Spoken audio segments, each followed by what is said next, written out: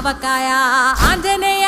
కథ మొదలెట్టినాడు చూడారయ్యా శక్తినంతా కూడగట్టి చెట్టు దులిపినాడు అంజయ్య ఎర్ర ఛాయ కోతి అవతార వెంతమాయ కత్తి సేత పట్టకుండా కాయ కోసినాడు కపిలయ్య